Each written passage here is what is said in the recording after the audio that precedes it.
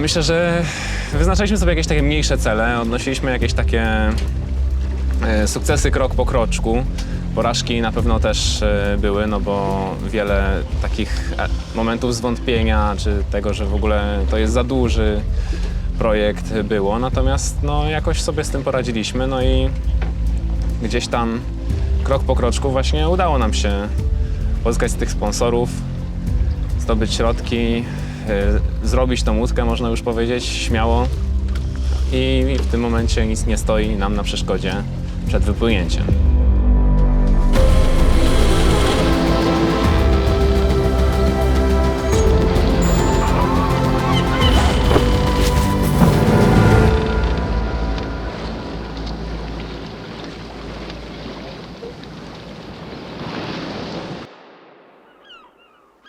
Dla mnie pływanie po morzu jest trochę wyzwalające. Bardzo lubię oglądać wschody i zachody słońca, jak dookoła jest tylko woda. To jest trochę uspokajające, trochę wyciszające i na pewno dobrze się przy tym czuję. Mam na imię Mikołaj, mam 22,5 roku w tym momencie. Pochodzę z Łodzi.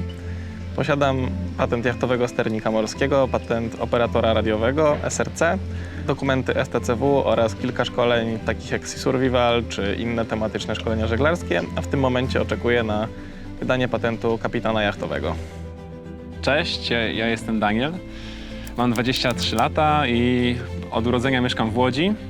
Na co dzień zajmuję się organizacją takich rejsów turystycznych. Dotychczas organizowaliśmy rejsy typowo za granicą, na jakichś łódkach czarterowych, najczęściej tygodniowe rejsy. Kosze, relingi, tutaj też warto się zawsze złapać. W międzyczasie mamy żółte lifelinki, gdyby ktoś chciał się przejść na dziób, to zawsze jest opcja, żeby się do tego złapać. No dopiąć raczej nie przy tej pogodzie, bo byłby to lekki przerost formy nad treścią. Wszystkie wanty i te metalowe liny, które idą do masztu, również są elementem, za który można się bezpiecznie złapać, tak? Nie ma przecież tylko za te liny, co chodzą jakby, nie? Tak, Czyli wszystkie liny za te liny, materiałowe. za te, co są do masztu zamocowane, to za to się nie łapiemy, a za resztę można w sumie. Jak kotwica nie zahaczy? No to w takim razie odchodzimy. Luzuj, oddaj, a Daniel na pokład.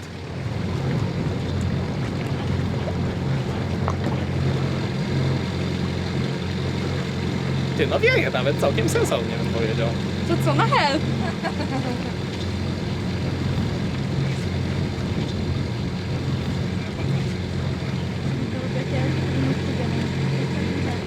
Ale mam dla ciebie piwko. Dla mnie piwo? Przecież on nie może pić, jakby się nie lepił. Łomżę gruszkową. Gruszkową? O, Mój Boże. moja ulubiona. A z którego sadu? Z tego, co za hotelem rośnie. Dziadka Henia. O. Siedząc ze swoją załogą po rejsie na Mazurach i popijając piwko przy grillu, nagle dostaję telefon od jednej z kursantek Daniela, iż złamał rękę. Moja pierwsza myśl to było: noż kurde, co on znowu odwalił? W połowie sierpnia, prowadząc jeden z rejsów na Mazurach, a tak dokładnie to szkolenie na patent żeglarski, tak naprawdę przedostatniego dnia, schodząc z jachtu, wywróciłem się i o krawędź pomostu, do którego była zacumowana łódka, uderzyłem moją kością ramienną tutaj. Troszkę zacząłem myśleć o tym, czy nie będzie trzeba kołować dla niego jakiegoś zastępstwa na początek, ale później okazało się, że w zasadzie te wszystkie operacje poszły całkiem nie najgorzej.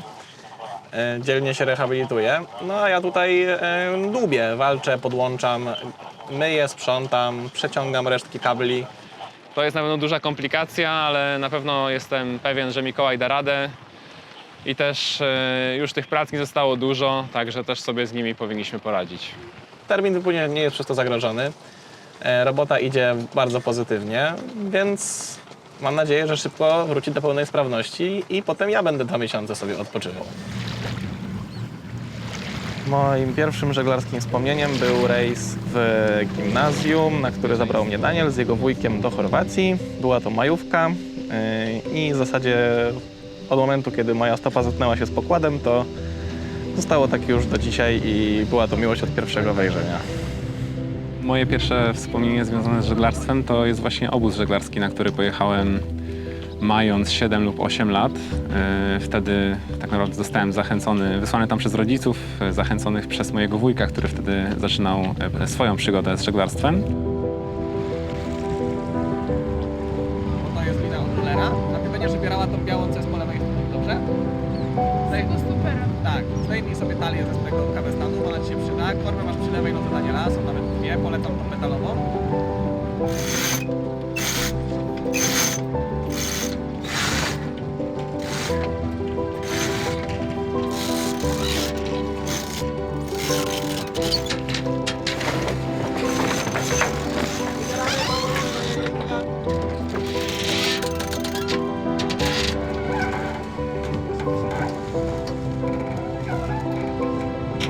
Z Mikołajem poznaliśmy się, jak miałem z 10 lat.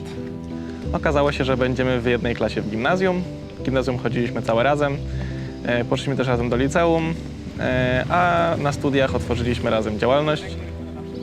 Później zaczęliśmy tak myśleć o jakichś ambitniejszych planach żeglarskich, no i tak do nas wszedł pomysł rejsu dookoła świata i jesteśmy w momencie, w którym wypływamy w październiku.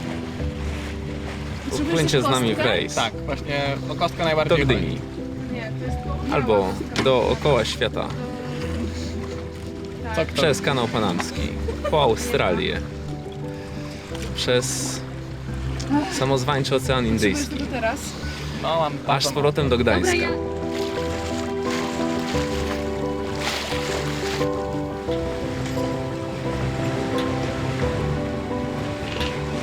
Wypłynęliśmy tak daleko w morze, że straciłem widzenie na ląd.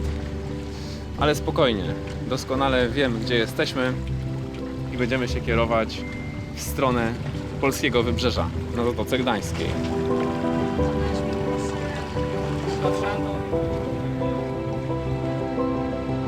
Moja rodzina na początku myślała oczywiście, że to jest kolejny głupi pomysł, który nie ma prawa realizacji i nic z tym nie zrobimy, ale będziemy tak gadać. Potem jak zaczęło robić się trochę poważniej, to się chyba lekko przestraszyli, że to jednak może się faktycznie wydarzyć. Na początku myślę, że osoby nie wierzyły, a później był szok, kiedy faktycznie ze wszystkim ruszyliśmy, kiedy ogłosiliśmy, że faktycznie chcemy wypłynąć w październiku i że zrobimy wszystko, żeby do tego doszło. Siedzenie za kołem sterowym to wielkie wyzwanie i bardzo męcząca praca. Dobra, zbierz luz teraz z niego.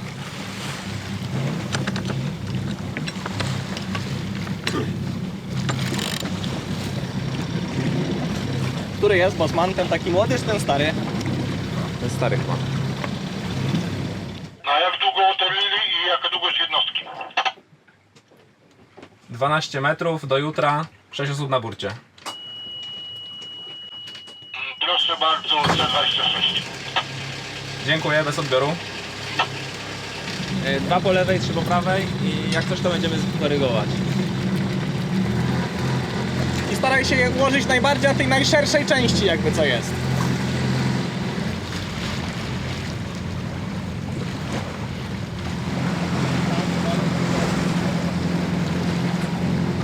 Bijemy do kei, czyli tak zwanego pomostu, przy którym cumują jachty, a następnie udamy się na przepyszny obiad do restauracji Browar Gdynia.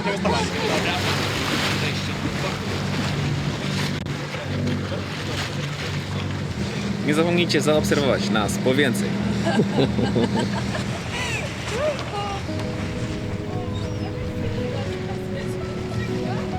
Myślę, że, chyba wiem, że każdy z nas miał ten pomysł wcześniej w głowie, w jakimś tam byle jakim wydaniu, ale jakby temat był wspólny.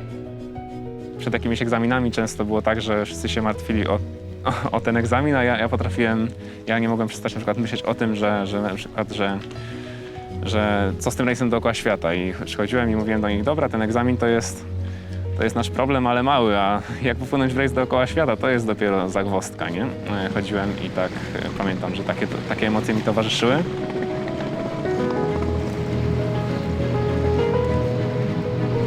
Paulina, Taylor Swift z okazji tego, że była aż 3 dni w Polsce?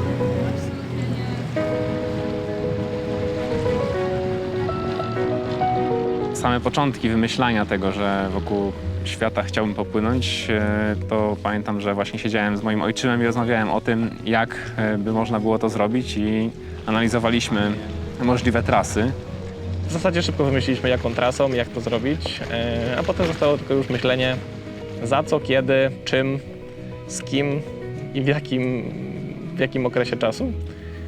I to się szybko, takie plany się bardzo szybko tworzy. Potem tylko jakby najważniejszym krokiem było przejść do realizacji tego planu i znalezienia może jakby spraw i kwestii, które nam to umożliwią.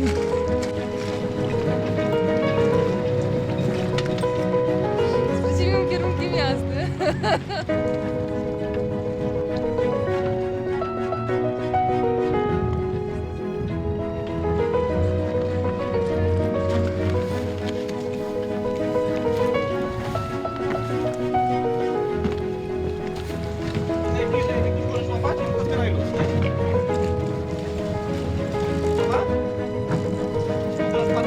Manewr przyszedł jak najbardziej pomyślnie.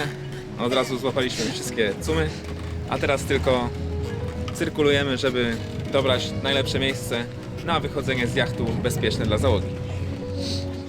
Dobra, wybieraj teraz tą część. Do tej knaki, która jest na środku mikrofonu.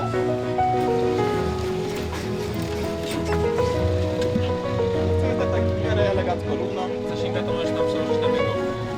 Tak, to bym Cię prosił, żebyś zrobiła. Otwieraj mocniej. Jeszcze jest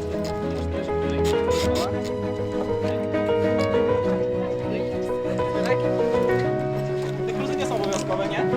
Po prostu lepszy jest kąt działania linii.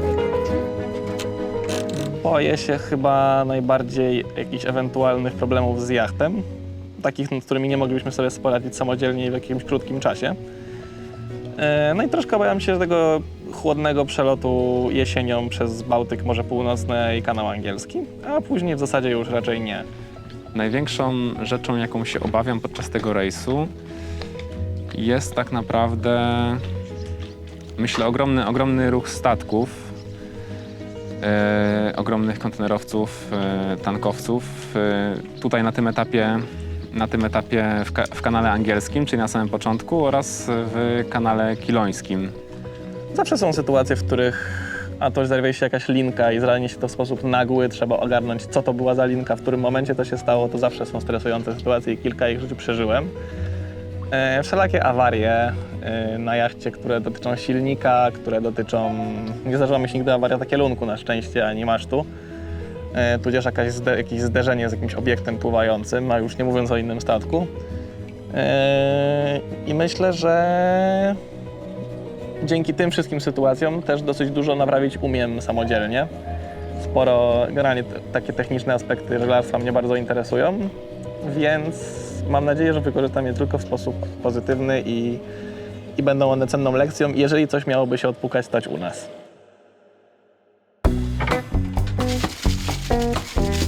Mam to jakoś erotycznie kroić.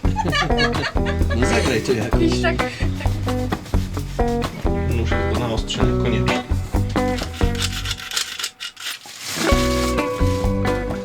To jest około 550 dni spędzonych no nie tylko podczas żeglugi, ale także w portach. Tak naprawdę samej żeglugi wychodzi około 9 miesięcy. No, podczas kiedy będziemy regularnie odwiedzać jakieś porty, będziemy pływać przez jakieś archipelagi, no to będziemy na pewno korzystać po prostu z jedzenia dostępnego tam na miejscu. Będziemy starali kupować się świeże rzeczy. Powiem tak, takiego śniadania na tej łódce to nie było od października.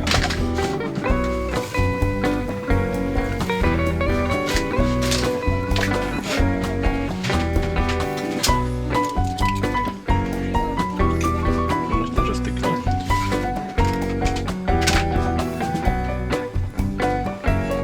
Najlepszym pożywieniem są podobno tuńczyki. Smakują one prosto z oceanu dużo lepiej niż takie kupione ze sklepu. Można jeść je na surowo w formie tatara, robić z tego steki, więc taki jeden tuńczyk to już jest dobre 2 czy 3 dni pysznego jedzenia i spokoju.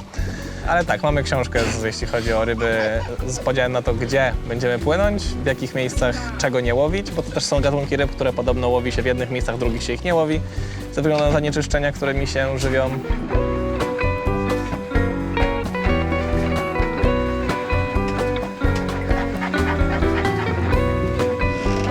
Zapraszam na śniadanko.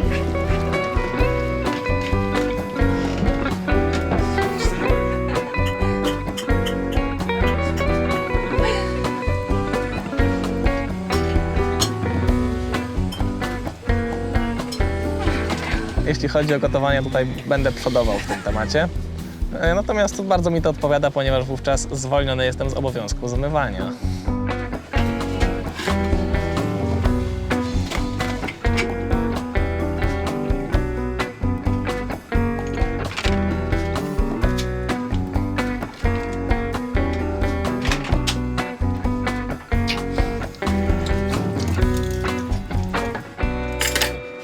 Zostawcie Titanica.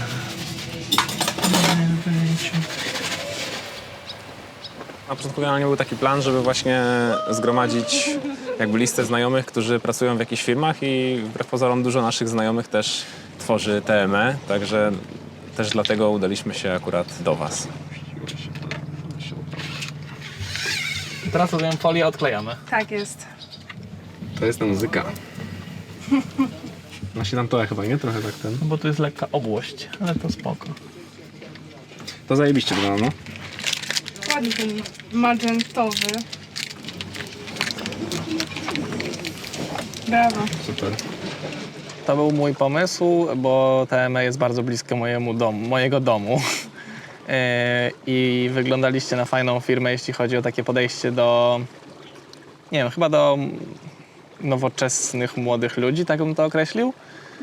Natomiast myśleliśmy o Was przede wszystkim na początku jako o dostawcy części, bo tak nam się kojarzyło, że elektronika wszelaka to coś, co na pewno będzie przydatne. A potem no to już tak jakoś poszło samo z siebie. To wyszło super to. To prawda. Ha! Tutaj jest ten zmysł. Dobra.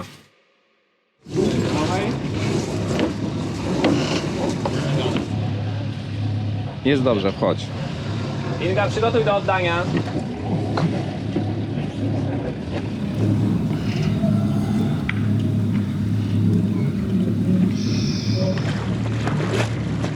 Myślę, że najbardziej będę tęsknił za ludźmi jednak. Zarówno za swoimi przyjaciółmi, może trochę za rodzicami, za moim rodzeństwem i za dziadkami. Natomiast będę chciał mieć z nimi stały kontakt. Myślę, że po naszym powrocie no, dużo się zmieni. Nie jestem w stanie sobie do końca tego wyobrazić. Myślę, że na pewno będzie inaczej, będziemy starsi i przede wszystkim będziemy jakby po tylu doświadczeniach, pewnie fajnych i niefajnych, że na pewno jakoś to na nas wpłynie. Tam jeszcze Inga sklarowała się, bo jeszcze stację zaliczamy, więc to możesz od razu iść tam sobie pracować, bo będziemy zaraz stawali lądsaj.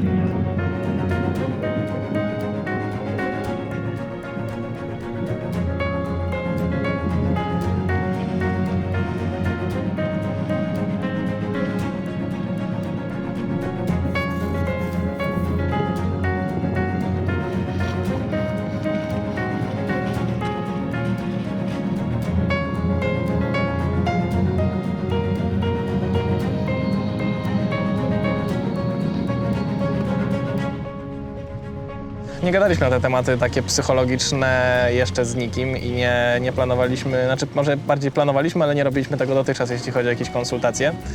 My na pewno między sobą ustalamy jakby jakieś tam rodzaje rozwiązań różnych sytuacji z góry, żeby mieć jakieś tam scenariusze przetrenowane i wiedzieć, jak się w nich zachować. Na pewno dzięki łączności satelitarnej będziemy starali się na bieżąco porozumiewać ze światem zewnętrznym, żeby tutaj nie zwariować. I tyle, no wyjdzie w praniu, jak to się mówi.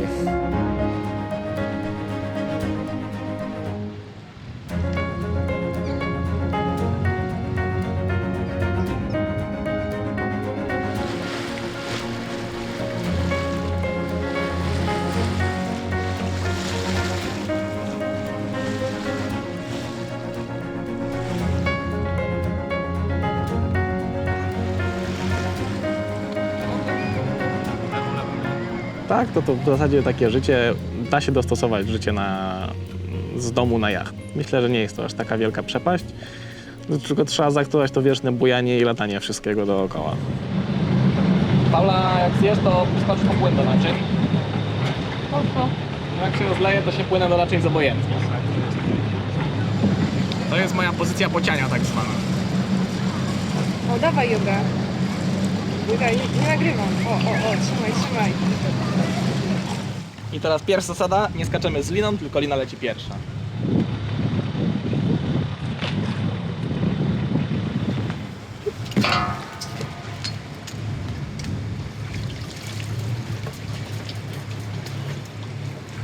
Kopałeś? Tak, jest zawiązana.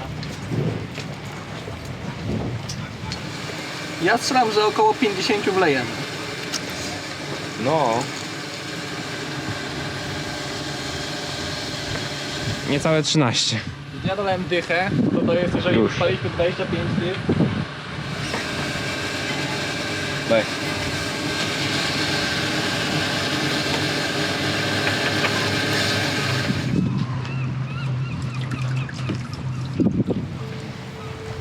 Przygotowaliśmy też możliwość dołączenia do nas na etapach wyprawy.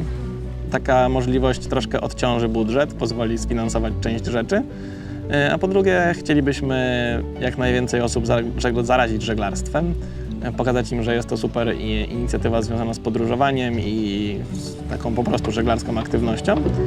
Dobra Paula, ja wezmę odbijacz na górę, gdybyś linki sklorowana, to już będzie luksusowo, w ogóle super ekstra. Tak zwane majstersztyk wówczas mielibyśmy.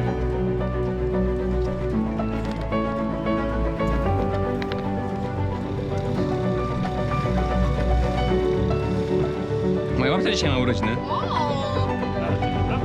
Naprawdę ma. Dzwoniłeś z życzeniami? Nie, później to zrobię. Nie mam telefonu zresztą.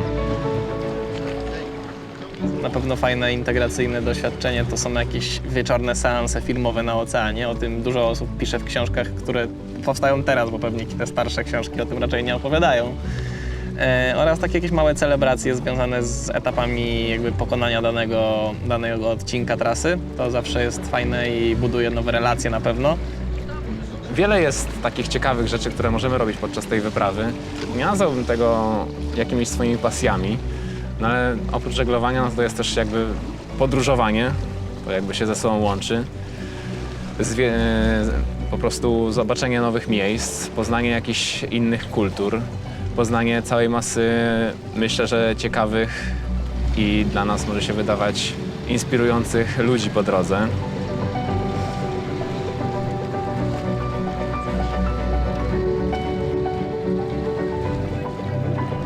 Przemyślane jest to tak, żeby każdy znalazł coś dla siebie, zarówno pod takim kątem bardzo stażowo-żeglarskim, jak i bardziej poznawczym i turystycznym, żeby zobaczyć jakieś fajne miejsce. A jak to wyjdzie, to zobaczymy. Kilka osób się zadeklarowało na dołączenie i myślę, że będzie to fajna, wspólna przygoda. Dajemy gazu, chodzimy w nadświetlną, nadmorską przestrzeń. Zaraz wejdziemy w ślizg. Na falach będziemy fruwać jak te mewy, które fruwają nad horyzontem.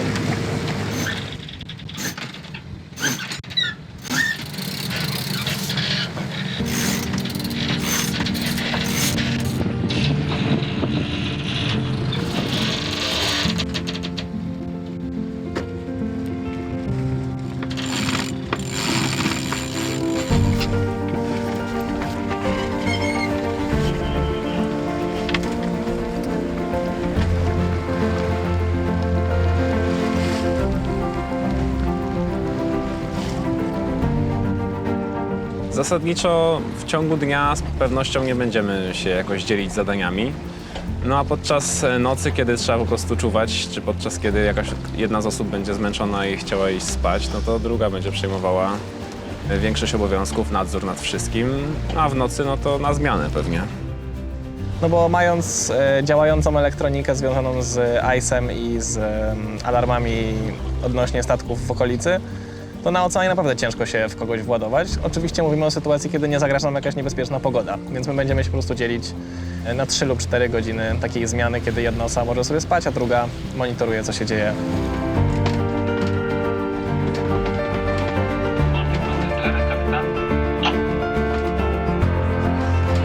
To na przykład tutaj widzimy jakieś inne statki. Falcon na przykład tutaj płynie jakiś do Sopotu najprawdopodobniej. Tu mamy Sopot i w Sopocie nikt ICE-a włączonego nie ma akurat.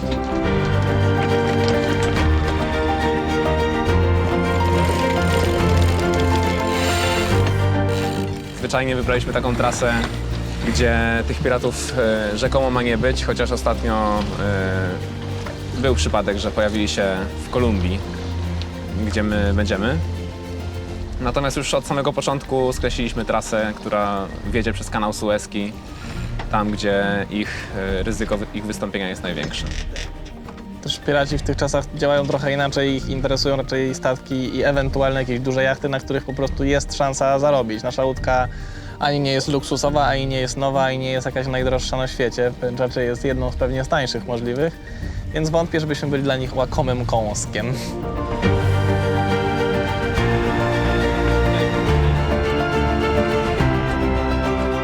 Moi drodzy, znajdujemy się na kursie kolizyjnym z wielkim tankowcem.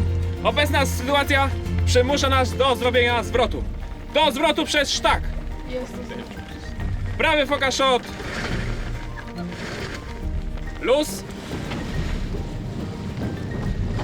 Książka ma być o spełnianiu marzeń, na przykładzie akurat w tym wypadku rejsu, ale ogólnie o tematyce żeglarstwa i tego, jak to akurat w moim przypadku się w głowie rozwijało, a potem ta część pisana podczas rejsu to taki mówię, taka trochę forma dziennika jachtowego połączona z opisem miejsc, które chcemy odwiedzić i mam nadzieję, że odwiedzimy.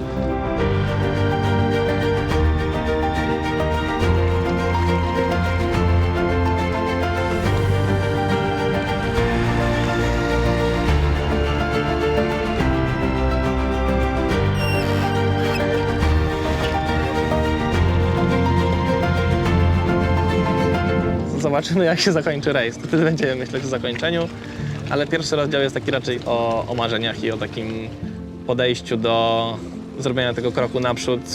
No, w naszym przypadku w żeglarstwie, a w przypadku innych to nie wiem, może być zrobienie remontu pokoju czy przejechanie rowerem 100 km. W zależności od tego, co kogo jara i kto jakie ma cele w życiu. Ważne jest tylko tego, żeby nie bał się je realizować, albo chociaż podjąć próbę.